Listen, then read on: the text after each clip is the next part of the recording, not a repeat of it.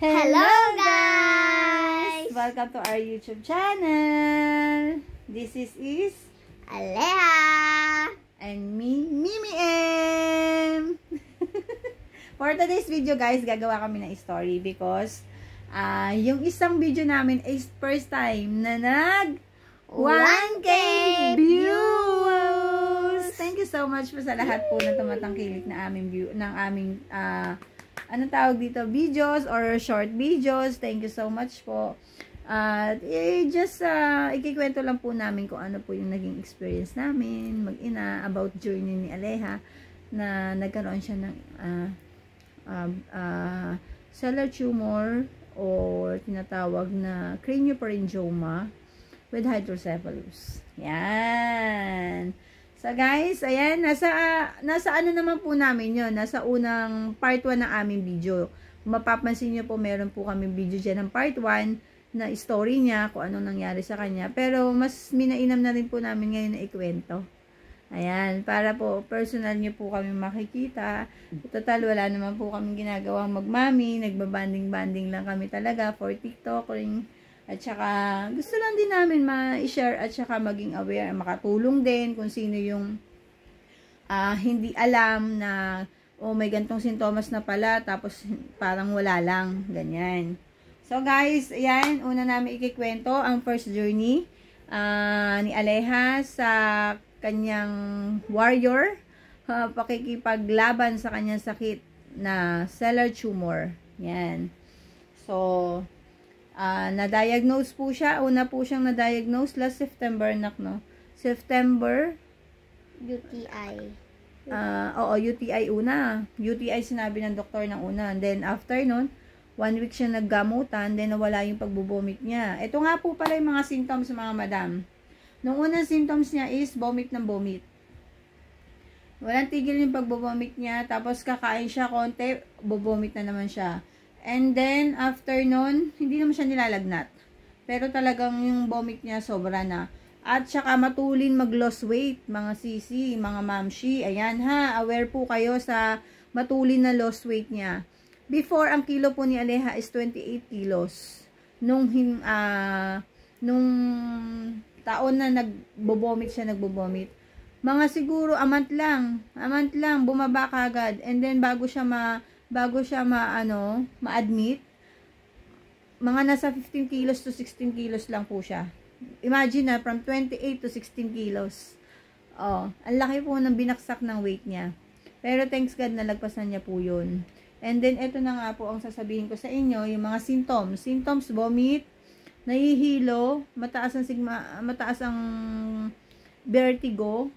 Para siyang sinasabi nila na, una kasi diagnose sa kanya is parang, tawag doon, migraine. Pero, iisa kasi sila ng symptoms, kaya yun ang tinawag. Pero, nung nag-MRI siya, kasi hindi na kami nag-CT scan, mga mami. MRI na diretso kasi, nung nakakuha kami ng schedule for neurosurgery, neurologist pala. Una, neurologist. Nakakuha kami ng schedule nun. Nirequest na kagad kami ng MRI. Kasi sabi niya, I think mami, abnormalities yung ko sa anak niyo kasi kinakausap ko siya pero wala siya sa sarili. Yun din yung symptoms pagka kinakausap niyo siya tapos out of balance siya, tapos kinakausap mo siya pero hindi kanya iniintindi, pero sumasagot siya sa'yo. Yun yung mga naging niya, symptoms. And then, what else, anak? And yung parang bumubuhal. Oo, kala mo siyang lasing. Yes. Para siyang lasing. And then, bago dumating siya sa parang outbalancing, muna po siya, nagduling, tapos lumabo yung kanyang left eye. Oo, 300 to. Sabi sa amin sa Opta, bali po kasi, yun nga, nagpapedya kami, tapos habang waiting ng neuro, binigyan po kami ng referral sa Opta kasi nagduling nga po siya. Then sabi naman po ng Opta, wag na ipa-CT scan kasi mag-aaksaya lang ng pera. Sabi, ganun lang daw po talaga. Pagka mataas ng sigmatisi, maaaring nagduduling. Pero hindi po kasi ako na-convince nun. Parang sabi ko, parang hindi maganda yung napuntahan naming Opta. Hindi ako tumigil. So, So, ayun, yung na-schedule na kami sa urinologist, in-examine siya physically, lahat-lahat, yun nga, abnormalities yung lumalabas. And then, sabi, for MRI. So, October 18, birthday ko pa noon! Nag-MRI siya. And then, noon, walang celebration na gaganap kasi medyo, nung sinabi sa akin nung neuro niya na, Mami, parang mayroong tumbukol sa brain. Sabi niya ganun. Bumaksak na yung mundo ko. Yun. Yung parang hindi ko na alam kung anong gagawin ko. Pero, mabigat pala pagka anak na ang magkakasakit. Ano po? Ayan. Naluluha tuloy ako. Hindi. Mahirap kasi ikwento yung mga nangyari. Parang mapakatulin. Pero sa daming doktor na sa amin, naawa sa anak ko na maraming tumulong. Lalo na yung doktor niya ng neurologist. Yun po talaga number 1 na tumulong sa amin. Kung saan kaming ospital pwedeng lumapit. Kung saan po kami mura na mapapa-MRI-an niya. Yun. And then sa mga ahensya ng government, nanghihingi po kami ng tulong kasi syempre malaking gastusin po talaga. Kasi nag-try din po kami magtanong sa private kasi natatakot na nga kami. Baka urgent na operahan siya, ganto ganyan. Pero, napakamahal po. Hiningan po kami ng 1.2. 1.2 sa operation pa lang po yun. Wala pa yung Pero, sa awa po ng Diyos, maraming tumulong sa amin na mabubuting puso. Ayun, nilapit po kami sa isang ahensyang hospital na masasabi ko talaga na the best. Sa sa hospital ng Maynila talaga. Hindi ko alam kung pwede mo sabihin dito pero mag-comment na lang po kayo kung halimbawa na gusto nyo malaman kung saan kami na Pero alam ko sa ibang video ko nasabi ko mag-recall na lang po kayo. Pero at this moment gusto po namin talaga na nagpasalamat kasi nga nabibigyan po kami ng chance. Alam niyo po yung nabibigyan kami ng chance na gawin to kasi syempre unang-una na rin po na hanggang ngayon hindi pa siya clear, kailangan niya rin po ng supporting sa mga gagawin sa kanya. Syempre wala naman din po akong source of income dahil nga po bantay ko siya, talagang binabantayan ko siya, kaya hindi ako makapagtrabaho. Bigay-bigay lang din ng mga nagmamahal sa anak ko, ganyan. Kasi last year, tama ba na? Last year lang din po nung namatay din yung kanyang daddy. Kaya po yun, wala rin po kami talagang source of income. Lahat talaga. Pero thanks God po, sa daming tumulong, daming nagmamahal at daming nagpray para sa anak ko. Maraming salamat sa inyo. Ayan, buong puso po kami nagpapasalamat magmami. Heart, heart, heart. Ayan, so yun na nga po, yung naoperahan po siya ng March 9. March 9 po siya naoperahan this year, 2004. Ayan nga po yung nasa video namin na nag 1K views. Yan. Tapos, nagtatry lang kasi ako. Actually, hindi ako marunong mag-vlog. Pero, I try kasi nga po, gusto lang din namin na makashare ng kahit papano sa experience namin, na ilalabas namin kasi wala rin kami nakakausap. Kami lang magmami. And then, after nung na-operahan na po, nung tinurukan po ako ng pampagising, nagising na po ako. So, good news po yon. And, mataas na din po. Lahat po ng vitals ko, okay. Okay na okay. Alam nyo po ba, na 2 days lang po ako sa ICU. Happy po ako nun dahil nagsaglit lang po ako sa ICU.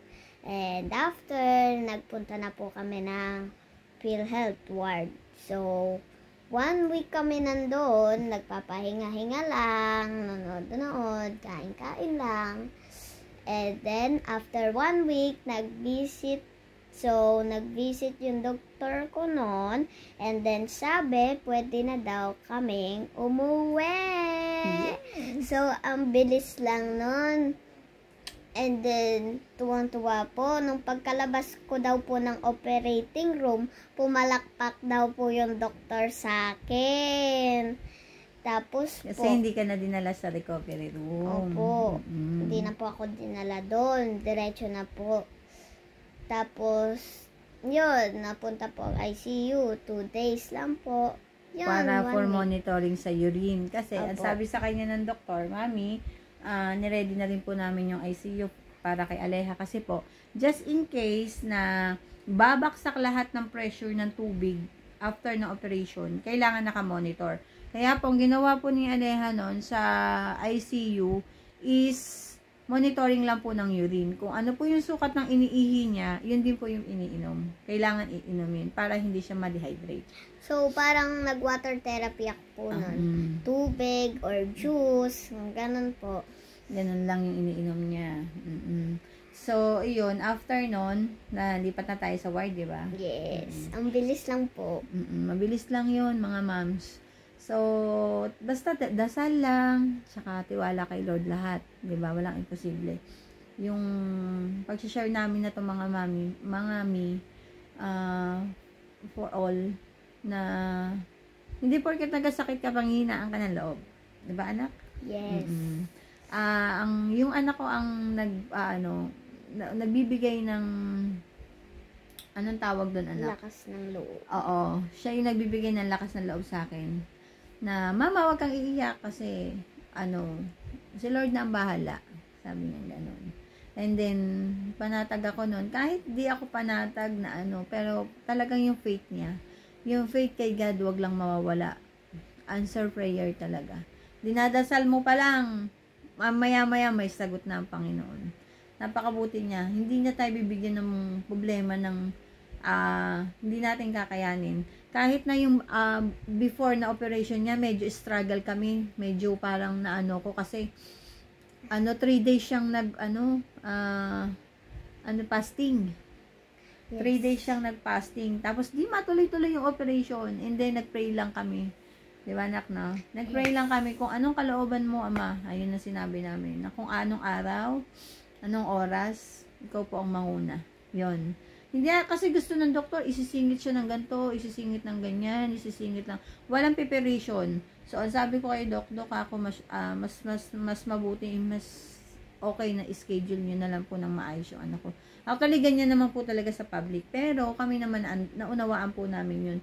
Kaso nga lang po, yung 3 days na fasting sa kanya, is medyo naapektuhan na po siya kasi nga sumasakit yung ulo niya pag hindi siya nakakakain. Kahit tayo naman po 10 hours na or 12 hours na hindi kumakain, manginginig na tayo, di ba? So, iyon, pinag-pray din namin yun na maging maayos yung kanyang operasyon. Gabay, dasal, lahat talaga, ang daming nag-pray talaga. Talagang yung araw na yon na kinaloob niya, talagang as in, ang dami pong nanalangin. Yun po yung pinagpapasalamat namin. At ngayon po, tuloy-tuloy na po kami magbibigay ng kasiyahan po sa inyo. Kung ano po yung nangyayari sa buhay ni AJ, ikikwento po namin para po may share naman namin na ganito pala yung mga nangyayari pagka may problema sa brain, diba? So brain tumor po is so hindi siya ganun kadali. Talagang may healing process na ako yung hihintayin mo. Hindi ka pwedeng magmadali na okay na opera na, hindi. Meron pa rin po kaming ginagawang mga laboratories, MRI. Kagaya po niyan, MRI lang po ni Aleha last June. Yes. May naiwan pa po sa kanya. Ayan. Yan po ang aabangan nyo. May naiwan pa po sa kanya na 2.5 cm. Kasi nga po, masyado nang malalim yung mass niya. So, ngayon, ang sabi ng doktor is radiation na lang. Ayan, i-radiation siya. Sabi ng doktor, Mami, benign po kasi yung kanyang mass, no? Yung tumor, benign. Awa ng Diyos, salamat po sa Diyos. Ayan, benign naman po lahat ng kanyang. Dalawang test po kami ng biopsy. So, nag-biopsy po kami doon sa mismong ospital kung saan siya naoperahan. And then, nagpa-second opinion biopsy rin po kami sa ibang ospital. Pero, nag-match po na benign. Nag-match naman po na benign. Ang inaano lang ni Doc para hindi na lumaki yung kanyang mass is radiotherapy. Ayun po. Radiotherapy po siya. Malaking halaga nga po yung hinihingi, pero hindi po namin kakayanin. Kaya po, ang gagawin po namin is ilalapit po namin sa mga social service na pwede po namin malapitan.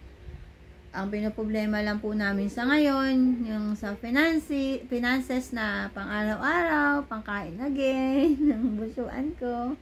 Tapos, yung matitirahan namin, kung paano kami makakahanap ng titirhan sa Maynila, malapit sa sa ospital. Tapos, yun lang po, yung mga talagang needs namin pang araw-araw. So, yun po, sana po sa may mga mabubuting puso din. Yan. Sa may mga mabubuting puso po dyan, kami po po'y kumakatok sa inyo. Ayan. PM lang po kayo or kaya message po kayo sa akin. Para po para po sa aking anak. Para tuloy-tuloy na po ang kanyang radiation. Para po maanohan namin. Kasi marami pa po yata kaming gagawin na parang laboratories. Parang titignan din po yung mata niya. Titignan din po yung kanyang ear. At saka po, hihingi pa po kami ng mga clearance sa pedia endo niya. Ayun. Kaya po, para sa radiotherapy. Kaya po yung gastos, hindi pa po namin masabi kung kailan kami mag-undergo kasi nga po financially problem din po kasi, diba? So, yun lamang po guys. Ayun po yung ni Aleha. Yan, next po na aming vlog is Samba.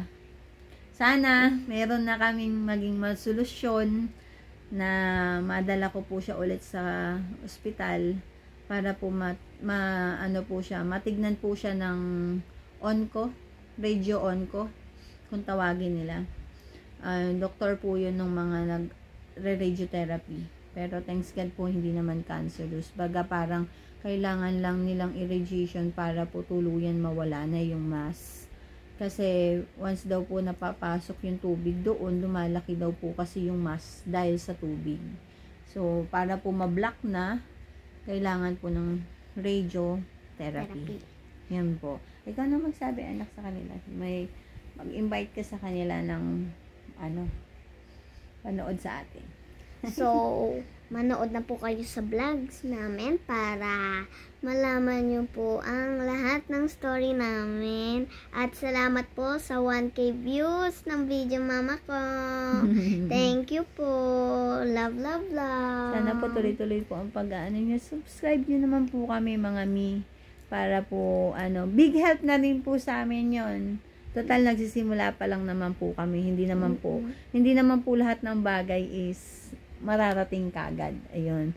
Support po. Support din po kami sa mga sumusupport din po kami. Tumutulong din po ako sa mga talagang as in na nakakasama ni Aleha na kahit papaano nagbibigay ng pagkain, mga ganyan, load ng mga nila. Basta sobra ako. Ibig sabihin may sobra ako. Ganyan. Kahit sa maliit na bagay, ganun. Yun lamang po. Maraming salamat po talaga sa inyo. Ayan. Sana po pagpanalangin nyo din po siya na tuluyan na pong gumaling. Ayan. Thank you po guys. Thank you po. Thank you for watching. Please like and subscribe and click the yellow button. Bye.